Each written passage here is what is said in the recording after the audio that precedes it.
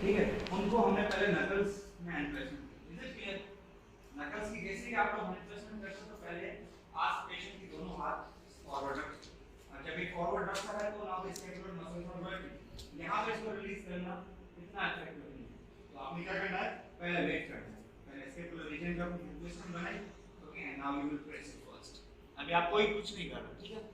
Right after 20 30 second जैसे कैसे को slowly lower down your arms, slowly lower down your arms, जैसे वो slowly lower down करे तो release that also दोनों में नहीं पहुंच पा रहा मिसाल के तौर पे मैंने एक हाथ से करनी है या एक तरफ से करनी, that is also possible. Now what you need to do, जब फॉरवर्ड पे आप उसका हाथ रखो ही, is it clear? अब आप आओगे पेशेंट की कुछ इस तरफ से ये पोजीशन में, is that clear?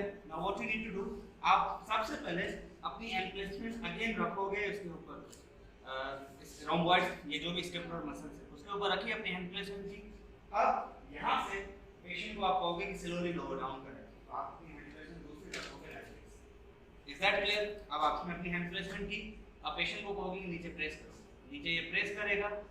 Right after 20 to 30 second relax. अब now rhomboids are not working after the relax and then if this is not working, use the tool, ISTM tool, other tool, etc. And then you can.